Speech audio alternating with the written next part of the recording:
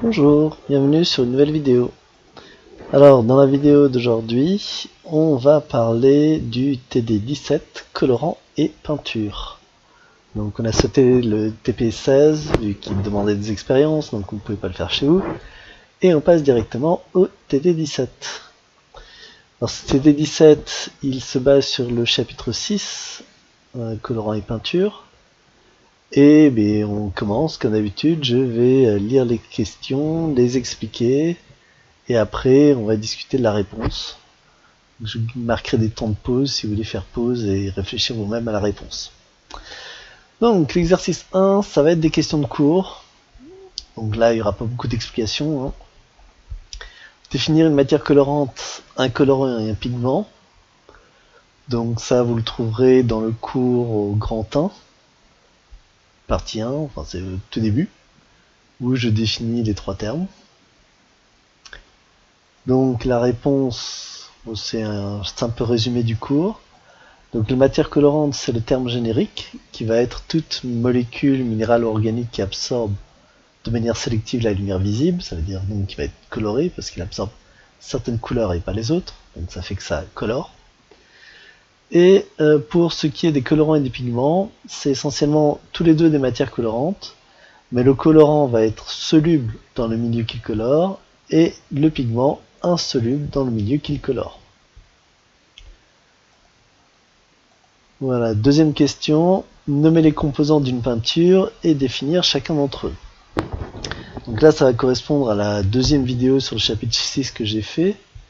Donc au cours partie grand 2, petit 1 et petit 2, où je fais une liste des composants de la peinture et après je les définis les uns après les autres. Donc bon, c'est toujours une bonne idée de mémoriser de quoi est fait une peinture. Pas trop compliqué. Donc à nouveau, bon, comme c'est que du cours, je vais passer directement au corrigé. Alors, la peinture est formée de pigments, solvants et liants. Et tout ce qui est charge, les charges sont aussi des additifs, est en plus. Mais avant tout, c'est pigments, solvants, liants qui comptent. Donc les solvants, c'est des... Ouais, j'ai pas mis le pigment là. Ah oui, c'est vrai parce que je l'ai défini juste avant. Donc le pigment, c'est ce qui va colorer. Le solvant, ce sont des composés qui vont être volatiles, donc qui vont s'évaporer facilement, et qui vont permettre de modifier la viscosité de la peinture et faciliter son application sur le support. En effet, c'est généralement des liquides qui vont porter les particules de pigment et permettre de les déposer en couches fines et uniformes sur une surface. Ensuite, les liants, passons à la troisième chose importante. Là par contre, le rôle du liant, ce n'est pas de s'évaporer, mais ça va être de fixer les particules de pigment sur le support. Donc ils sont soit non volatiles, donc ça ne s'évapore pas du tout, ou seulement très peu, donc semi-volatiles. Et leur but, c'est de sécher en bloquant le pigment sur le support, essentiellement. Bon, maintenant les charges et additifs, donc les charges font partie des additifs. Les charges, c'est un peu l'additif premier, qui vont permettre de modifier les propriétés, ce qu'on appelle rhéologiques. C'est tout ce qui va être, est-ce que c'est visqueux, est-ce que ça s'écoule facilement, la plasticité ou l'élasticité, mais aussi la brillance. Et ils sont peu opacifiants. C'est essentiellement tout ce qui crée talc, qui va permettre d'épaissir ou de fluidifier la peinture. C'est pas donner la couleur, c'est rendre la peinture plus facile à manipuler et à utiliser, à mettre sur le pinceau, à le déposer du pinceau sur la surface, etc. Bon, pour tout ce qui est des autres additifs, ça va être tout type d'additifs qui peut faire tout un tas de trucs différents. Donc être mouillant, dispersif, antifloculant. Ça c'est pour améliorer la qualité des grains de pigment dans la peinture. Ou ils peuvent être stabilisés par rapport aux UV, aux fongicides c'est contre les moisissures. Bon, tout un tas de choses. Oui, et dont les agents sécatifs, ça c'est ce qui va accélérer le séchage et le durcissement de la peinture. Voilà, donc ça c'était essentiellement les questions de cours. Maintenant, exercice 2, matière colorante. Donc, pour chaque matière colorante suivante, indiquez les couleurs primaires absorbées, transmises, et donc la couleur de la matière colorante en lumière blanche.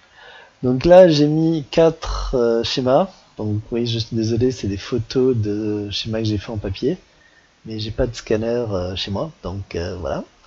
C'est un peu tout ce que j'ai pu faire. Et il va falloir les analyser pour trouver leur couleur. Donc, qu'est-ce qu'il faut faire pour y arriver? Première chose à faire, ça va être de repérer pour chacune de ces courbes, en haut à gauche, est-ce qu'il y a un T ou est-ce qu'il y a un A? Donc là, ça fait référence au chapitre 5 sur les spectres visibles. Là, le T voudra dire transmis. Donc si on a une bosse, si c'est haut dans le T, ça veut dire que ça transmet. Ici, par exemple, pour des lambda, c'est les longueurs d'onde qui vont de 400 à 600 nanomètres, il transmet cette lumière. Inversement, pour des longueurs d'onde de 600 à 800 nanomètres, il ne transmet pas ces lumières, ça veut dire qu'il absorbe. Et inversement, ici, on peut voir que de 400 à 500, c'est absorber la lumière, et de 500 à 800, ce n'est pas absorbé, donc transmis la lumière. Deuxième point, ça va être quelle couleur est-ce qu'on peut repérer sur ces graphiques. Alors si vous vous rappelez le chapitre 5, je vous avais sorti des courbes avec toutes les couleurs de l'arc-en-ciel dessus. Là, on va pas s'intéresser à tout le couleurs de l'arc-en-ciel, on va penser en synthèse additive, donc en rouge, vert, bleu. Et donc la première chose à faire, c'est de placer ici où est le rouge, où est le vert, où est le bleu. Donc on va être approximatif. Le bleu, ça va aller de 400 à 500 nanomètres. Donc toute la partie, j'espère que vous voyez la flèche de la souris, qui est ici est bleue, de 400 à 500 nanomètres. Donc je vous conseille de tracer un trait qui monte de 500 à la verticale. Et tout ce qui est de 400 à 500, c'est bleu. Ensuite, de 500 à 600, ça va être vert. Donc même chose, vous tracez un trait vertical à 600. Et tout ce qui est entre 500 et 600, ça va être vert. Et enfin, de 600 à 800, c'est du rouge. Donc à nouveau, vous n'avez pas de trait vertical en plus, vous en avez fait un 500 à un 600. Et donc de 600 à 800, c'est du rouge. Et donc, on vous demande de dire pour chacun de ces graphiques quelles sont les couleurs transmises, absorbées, et quelle est la couleur finale. Donc, vous avez vu qui était transmis, qui était absorbé. Vous avez tracé les zones bleu, vert et rouge pour chacun des 4 schémas. Et maintenant, il va falloir dire, dans ces cas-là, lesquelles sont les couleurs transmises et lesquelles sont les couleurs absorbées. J'aurais pu juste le corriger. Ouais. Donc, pour la réponse, le premier graphe en petit a, on voit ici que c'est transmis de 400 à 600, donc ça veut dire le bleu qui est de 400 à 500, et le vert de 500 à 600 sont transmis. Et le rouge n'est pas transmis, ça veut donc dire qu'il est absorbé. Donc ici on a bleu, vert transmis, rouge absorbé. Comme le bleu et le vert sont transmis, c'est les couleurs qu'on reçoit à l'œil. Et donc si on reçoit du bleu et du vert, ça va nous faire en synthèse additive du cyan. Donc ça c'est un colorant qui va être cyan. Donc là, bleu-vert transmis, rouge absorbé, donc la couleur c'est le cyan. Maintenant le B, ici en bas à gauche, on voit que de 400 à 500, donc la partie bleue, rien n'est absorbé, parce que là on est en absorbance. Donc ça veut dire que le bleu est transmis, vu qu'il n'est pas absorbé. De 500 à 600, donc le vert, là on voit que c'est absorbé, donc pas transmis. Et de 600 à 800, pour le rouge, ce n'est pas absorbé, donc ça veut dire que c'est transmis. Et donc au total, on a le bleu et le rouge qui sont transmis et le vert absorbé. Et si le bleu et le rouge sont transmis, ça va nous donner du magenta. Donc on a le bleu et rouge sont transmis, le vert absorbé, donc on obtient du magenta. Exemple C, on est toujours dans l'absorption, là en haut à droite. De 400 à 500, c'est le bleu est absorbé, parce qu'il est en haut. Et de 500 à 600, le vert n'est pas absorbé, donc transmis. Et de 600 à 800, le rouge, et lui non plus pas absorbé, donc transmis aussi. Et donc au final, on a bleu absorbé, vert et rouge transmis, c'est-à-dire qu'à l'œil on reçoit du vert et du rouge, et le vert et du rouge en synthèse additive, ça donne du jaune. Et donc on a le vert et rouge transmis, le bleu absorbé, ce qui donc donne du jaune. Et enfin, ici, en bas à droite, en D, on est à nouveau sur du transmis. Donc de 400 à 500, c'est le bleu, il n'est pas transmis, c'est-à-dire qu'il est absorbé. De 500 à 600, c'est le vert, là il est transmis. Et de 600 à 800, le rouge, il n'est pas transmis, il est donc absorbé. Donc au final, on a juste du vert qui est transmis, et pas de rouge, pas de bleu, qui sont absorbés. Donc le vert est transmis, il n'y a pas de rouge, pas de bleu qui sont absorbés, et donc s'il y a le vert qui transmet et rien d'autre, c'est que c'est vert. Voilà. Petit 2 maintenant. Indiquer la couleur des mélanges suivants ne justifie qu'une fois votre raisonnement dans un cas général, en précisant le type de synthèse utilisé. Donc 0,5 points par couleur de mélange et 1 point pour la justification. Donc, pour la justification, là on vous demande, on fait, ce qu'on vous demande essentiellement, c'est quel genre de synthèse on a. Donc, pour trouver quel genre de synthèse, il faut d'abord dire qu'est-ce qu'on mélange. Est-ce que c'est des sources de lumière, des peintures, qu'est-ce que c'est? Et en sachant ce qu'on mélange, on va savoir quel genre de synthèse on va utiliser. Donc je vous laisse y réfléchir, hein. On a quoi qu'on mélange, quel genre de synthèse? Donc la réponse, on mélange des matières colorées, donc c'est une synthèse soustractive. Voilà, ça doit être un point. Donc on est sur la synthèse soustractive. Donc ici on va commencer par mélanger la matière colorante A avec la B. Donc la A c'est celle qui était en haut, qui était de couleur cyan, et la B c'est celle qui est ici, qui est du magenta. Et donc on vous demande, qu'est-ce qui se passe si on mélange du cyan et du magenta en synthèse soustractive? Je vais essayer de réfléchir un peu. Donc le cyan, c'est une matière colorante qui absorbe le rouge. Le magenta, c'est une matière colorante qui absorbe le vert. Donc il reste le bleu. Le mélange est bleu. Donc là, j'ai tout détaillé, mais vous pouvez aussi dire que vous regardez sur les cercles de la synthèse soustractive et vous voyez que l'intersection du cyan et du magenta donne le bleu. Et donc le mélange est bleu. Voilà, on a justifié une fois, on n'a plus besoin de justifier pour le reste, hein, parce que c'est toujours la même justification. Donc maintenant, si on mélange la matière colorante A avec la matière colorante C, donc c'est les deux du haut. Donc à gauche, en haut à gauche, on a bien du cyan, et en haut à droite, on avait du jaune. Donc qu'est-ce qui se passe si on mélange du jaune et du cyan en synthèse soustractive?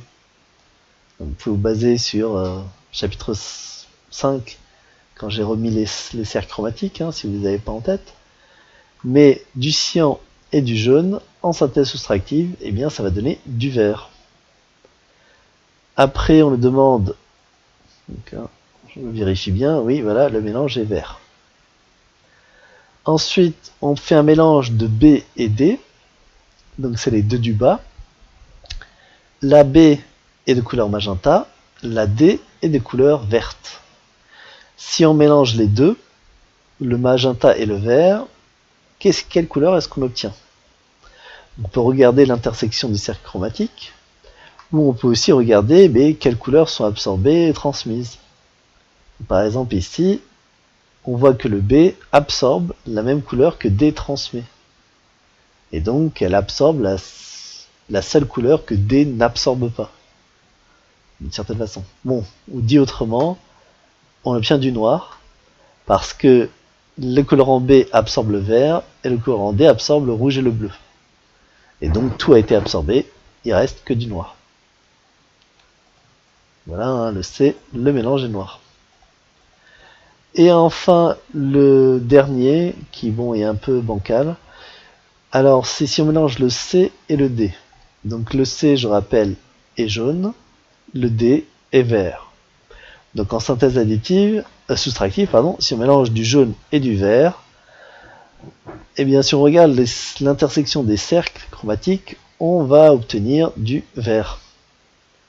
Ça, c'est la théorie, ça devrait donner du vert. Dans la pratique, on va plutôt avoir un vert pomme ou un jaune verdâtre. Hein. Mais bon, en théorie, ce serait du vert. Alors pourquoi est-ce que la théorie et la pratique sont différents? C'est parce que les colorants ne sont pas parfaits et ils ne font pas ce qu'ils sont censés faire entièrement. Bon, passons au troisième exercice, peinture. Donc, petite introduction. Hein. Le bleu de Prusse est une matière colorante très ancienne, très ancienne, c'est un peu exagéré, qui date de 1704, de formule Fe7, donc 7 fer, Cn18, 18 ions cyanure, Cn c'est cyanure, et H2OX, donc un certain nombre de molécules d'eau, compris entre 14 et 18 molécules d'eau. Première question. Le bleu de Prusse est-il une matière colorante organique ou minérale justifiée? Donc, et après, hein, dans l'eau, est-ce qu'il sera considéré comme un pigment ou colorant? Et dans l'huile, est-ce qu'il est considéré comme un pigment ou colorant? Donc, comment est-ce qu'on peut reconnaître si c'est une molécule organique ou minérale? Donc, pour les molécules organiques, elles sont à base de carbone et d'hydrogène. Donc, il est vrai qu'ici, on voit du carbone, on voit de l'hydrogène, mais pour que ce soit vraiment une molécule organique, il faut que les deux soient liés. Est-ce que c'est le cas? Ensuite, si on veut dire est-ce que c'est un composé minéral, un composé minéral peut aussi être reconnu s'il contient des métaux. Donc est-ce qu'ici vous voyez l'élément chimique d'un métal? Si c'est le cas, ce serait plutôt minéral. Ensuite, une fois que vous avez trouvé si c'est organique ou minéral, l'eau, l'eau elle est minérale. Donc si on a du minéral dans du minéral, ça va être soluble, et quand c'est soluble, c'est un colorant. Inversement, si c'est organique, l'eau est minérale, le colorant organique, enfin la matière colorante organique, et donc ça ne va pas être soluble, et ça va être un pigment. Et pour l'huile, c'est l'inverse, parce que l'huile est organique. Je vous laisse y réfléchir un peu. Et pour la réponse, le bleu de Prusse est une matière colorante à base de fer. Le fer, c'est un métal. Elle est donc minérale. Ce qui veut donc dire que l'eau, qui lui est minérale, et le bleu de Prusse minéral aussi, l'eau va dissoudre le bleu de Prusse. Il est donc un colorant dans l'eau. Inversement, l'huile qui est organique, et le bleu de Prusse qui est minéral, l'huile organique ne va pas pouvoir dissoudre le bleu de Prusse minéral. Elle sera donc un pigment dans l'huile. Un petit b. Un peintre réalise un mélange de bleu de Prusse en poudre avec de l'huile de lin et de l'essence de térébenthine. Indiquez le rôle de chaque composant de ce mélange. Donc là, on en a trois des composants. On a le bleu de Prusse, l'huile de lin, l'essence de térébenthine. Donc on va s'intéresser aux composants de la peinture, sauf les additifs, et qui ont pris pas les charges non plus. Donc vous pouvez vous baser sur ce que vous avez répondu ici. Donc ça peut être pigment, solvant ou liant. C'est ça les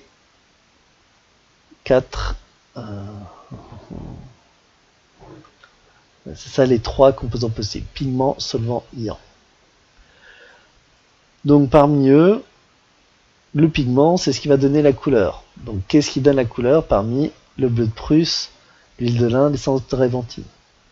Ensuite, lequel va être le liant, lequel va être le solvant?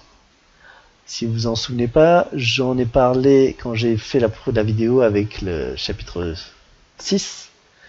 J'en ai parlé non seulement dans la deuxième, mais aussi la troisième vidéo. Donc c'est la partie grand 2, petit 2 ou grand 2, petit 3. Donc en réponse, le bleu de Prusse est bien évidemment le pigment. C'est pour ça qu'il s'appelle bleu de quelque chose. Hein. C'est un pigment vu qu'on est dans un solvant organique. L'huile de lin, c'est le liant. Et l'essence de térébenthine fortement volatile, qui s'évapore facilement, c'est le solvant. Donc maintenant, petit c, quelle est la particularité, ou les particularités plutôt, du type de peinture présenté au B? Donc, on a créé une peinture avec du bleu de Prusse, de l'huile de lin et l'essence térébenthine. Quel genre de peinture est-ce que c'est? Alors là, il faut se baser sur la dernière vidéo sur le chapitre 6, ce que j'ai raconté sur les différents types de peinture, et avec les informations de qu'est-ce qu'on utilise comme élément, on peut savoir quel genre de peinture est-ce qu'on a. Une fois que vous savez le type de peinture que vous avez, eh bien il va falloir donner quelques propriétés de ce type de peinture. Donc là, pour le coup, les propriétés, je ne pense pas les avoir écrites dans le cours, mais je les ai dit à l'oral dans les vidéos. Donc je vous laisse y réfléchir un peu. Alors, une peinture qui va utiliser de l'huile comme liant et seulement organique, c'est une peinture à l'huile, comme ce qu'on a mis en place à partir du XVe siècle. C'est une peinture à l'huile classique. Et donc, les propriétés de la peinture à l'huile, il y en a beaucoup, vous pouvez en citer un certain nombre. La qualité des couleurs est bonne, c'est des couleurs intenses, opaques, qui se gardent dans le temps, mais parmi les défauts, c'est qu'elle prend du temps à sécher. Bon, ça peut devenir un avantage, parce que vu que ça prend du temps à sécher, on peut retoucher la peinture plus tard. Mais son défaut majeur, et la raison pour laquelle on ne l'utilise plus aujourd'hui, c'est que ça prend longtemps à sécher. Mais la qualité de la couleur de la peinture est la même que celle qu'on aurait aujourd'hui. Donc en parlant d'aujourd'hui, hein, la dernière question. Aujourd'hui, la peinture à l'huile a été remplacée par de la peinture acrylique. Quelles sont les caractéristiques, avantages et inconvénients de ce type de peinture? Et justifier ce remplacement.